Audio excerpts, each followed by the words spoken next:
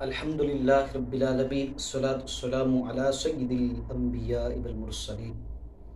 اما بعد فاعوذ باللہ من الشیطان الرجیم بسم اللہ الرحمن الرحیم۔ حضرت خدیجۃ الکبریٰ رضی اللہ تعالی عنہا کا آج عرس مبارک ہے 10 رمضان المبارک کو، کیونکہ ان کا وصال ہوا تھا، تو اس مناسبت سے آج ہم ایک حدیث اور مختصر سا ان کا تعارف سنتے ہیں۔ حضرت خدیجۃ الکبریٰ رضی اللہ عنہ کی جو کنیت ہے ام القاسم، اور آپ کا لقب ہے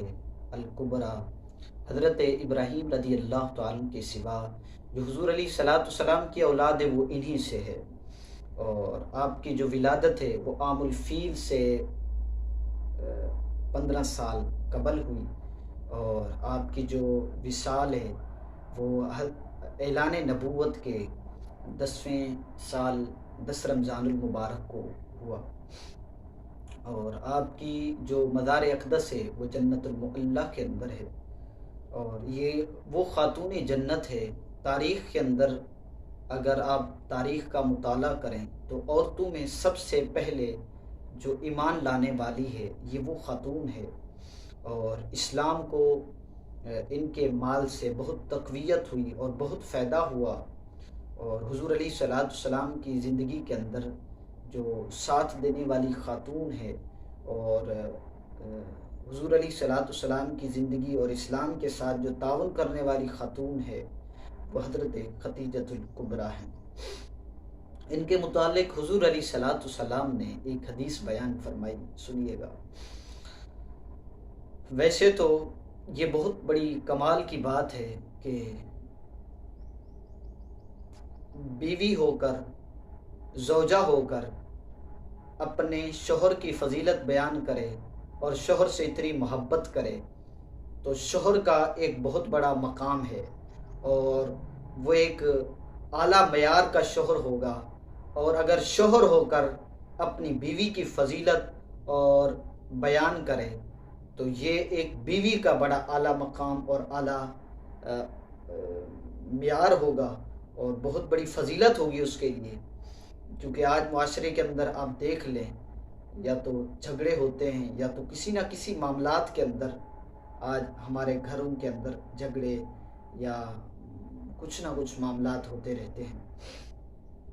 حضور علیہ الصلوۃ والسلام نے ان کے متعلق کیا فرمایا، سنیے۔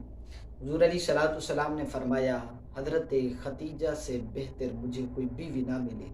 اور جب سب لوگوں نے میرے ساتھ کفر کیا اس وقت حضرت خدیجۃ الکبریٰ رضی اللہ عنہ نے مجھ پر ایمان لایا، اور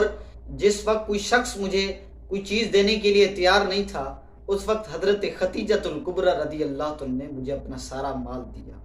اور جب سب لوگ مجھے جھٹلا رہے تھے حضرت خدیجۃ الکبریٰ رضی اللہ عنہ نے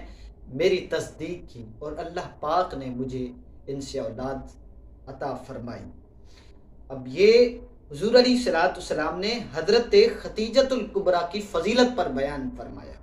بتاؤ ان کی زندگی کتنی عمدہ ہوگی۔ اگر آج ہمارا معاشرہ اور آج ہم اگر اپنی گھر والوں کو حضرت فاطمہ الزہرا رضی اللہ عنہ کا زندگی کا پہلو کا درس دیا کریں، اور حضرت خدیجۃ الکبریٰ اور ام المؤمنین جو ہیں ان کی زندگی کا جو درس دیں گے تو آج ہمارا معاشرہ بہتر سے بہتر ہو سکتا ہے۔ یاد رکھیے گا، اولاد کی تربیت کے اندر جتنا کردار والدین کا ہے اتنا کردار کسی اور کا نہیں ہے۔ اگر کردار حق ادا کرنا ہے تو سب سے پہلے اپنے گھر والوں کو ان کی سیرت کے مطابق چلائیں اور درس دیا کریں۔ اللہ عز و جل کی بارگاہ میں دعا ہے عمل کی توفیق عطا فرمائے۔